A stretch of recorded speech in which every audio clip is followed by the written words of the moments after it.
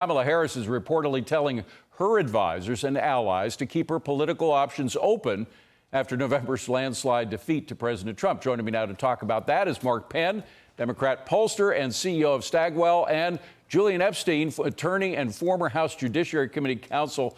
Gentlemen, wonderful to see you. I was shocked, I have to admit. I know that a lot of your fellow Democrats have been kind of are a little punch crazy right now in terms of what happened with the election, but 41% believe Kamala Harris should be running in 4 years, and as close as you get, the next one is 8% for Newsom and 7% for Governor Shapiro, and it goes on. Mark, Kamala lost her post DNC convention bump that she had. She had a nice lead after the DNC convention. A lot of people thought she'd continue to gain on Trump. Just the opposite happened. It turned out to be just like 2020, where the more people heard from her and saw from her, the less they liked her. What makes them think it's going to be any different in 2028?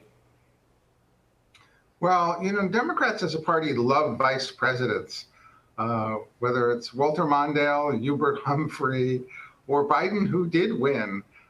They have a tendency to nominate vice presidents because they typically own the political machinery. Now, I don't think you should take this poll very seriously because obviously no one else is running right now. And the chance that they'll give somebody a second nomination or second chance after losing is pretty unusual. And happens very rarely on either side. Yeah. But that doesn't mean that she couldn't have a good political career out in California, where she probably has a pretty good reputation, and it's a Democratic base. Yeah, although once again, I mean, she had such a high-profile position over the past few months that it's hard to see even people in California changing their views. Julian, you wrote a great piece in the New York Post where you say the problem with Democrats right now is that they're doubling down on what didn't work, even on immigration. And I'm just going to quote from your piece. You say Democrats pontificated for the last 4 years on the virtues of democracy, yet seem to be defying the clearly expressed will of the voters in favor of the virtuous elites. One possible explanation is that they cynically believe an aggravated migrant crisis will complicate the incoming administration's cleanup efforts. Of course, there's no low bar in politics, but boy, that's a pretty low bar, isn't it?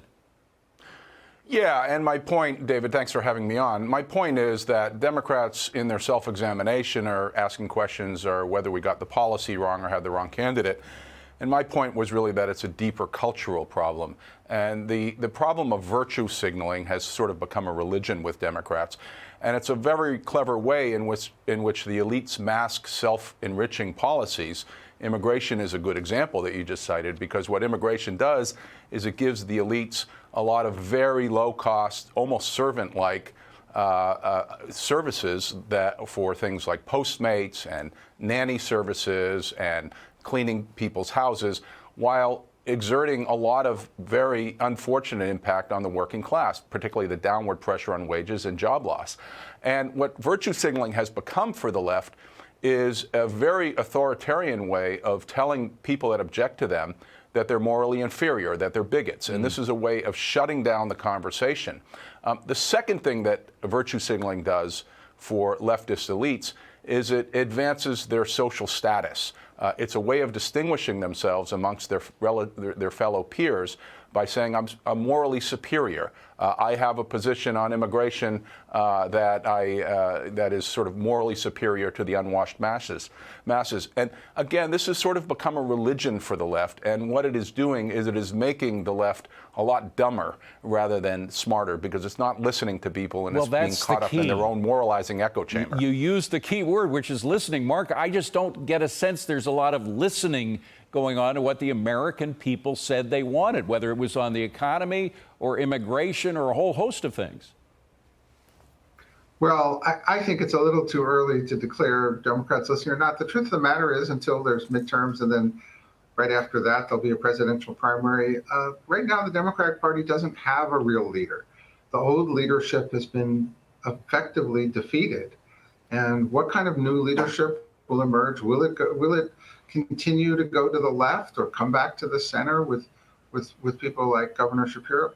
that's an open book. Every party goes through these things until it finds new leadership. A number of years ago, no one would have expected Donald Trump to emerge as the leader of the Republican Party.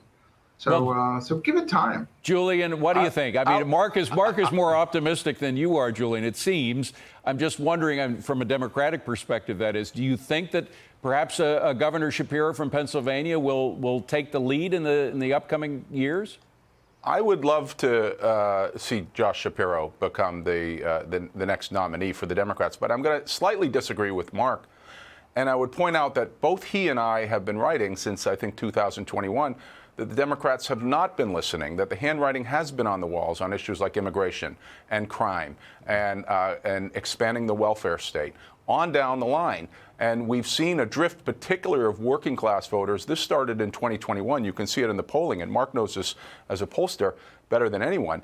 And I think the Democrats have not listened, and what they have done is they've ceded the policymaking apparatus to the intersectional elite, the interest groups, which are deeply out of touch, I think, with voters, and practice what I was just talking about, which is this moralizing condescension. You can see this starting with the COVID policies and on down on policies all across the political front, on whether it's immigration or crime, or you gone on down the line. So I would like to believe that the Democrats are going to start listening, but I have not seen a lot of evidence that they've been listening to very good polling of the likes that Mark has done politics. in the last couple of years. I also talked to union leaders who were openly endorsing Biden and admitting that their members were going to vote for Trump. I mean, they are so stuck in their ways that they couldn't pull away from what their membership wants. I just wonder when the members are going to be turning on them as well, but that's a whole nother discussion. Mark, Julian, great to see you both. I wish we had more time. Thanks very much for being here. Have a wonderful Thanksgiving to both of you.